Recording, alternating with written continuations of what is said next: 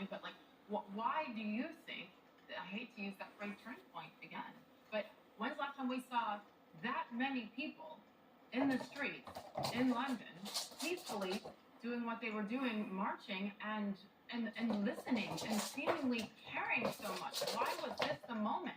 Well, also marching for their country. I think that's the distinction, because London has marches every week. They're just not for London or for Britain. And this was wildly different. Yes.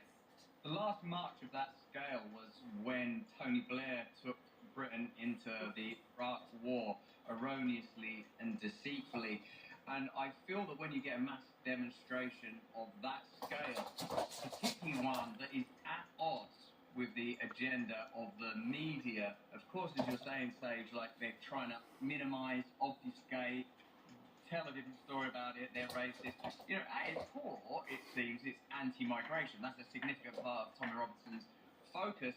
But that in itself, as I said when I spoke to him, I said that the migration issue is likely a symptom of an expression of power from elsewhere, because migrants aren't by themselves, by definition, a powerful group. It needs an option to drop a tree every so often.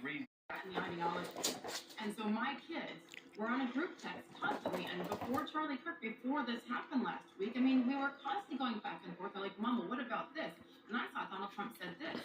And Mom, what do you think about this? And Mom, really? Are you sure, Mom? Are you sure? Because they only saw one thing. It has been a battle I can't even describe over the last several years to say, okay, guys, but you can't just get your news from TikTok. And fortunately, I feel like I've made up a little bit for what I felt was a failure back during COVID when we're locked down, but I still had to go to work every day. I couldn't monitor.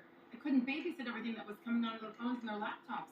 And so the conversations have been incredible because they're mature enough to listen to me now and not think I'm the devil because I would make them make their beds and clean up after themselves.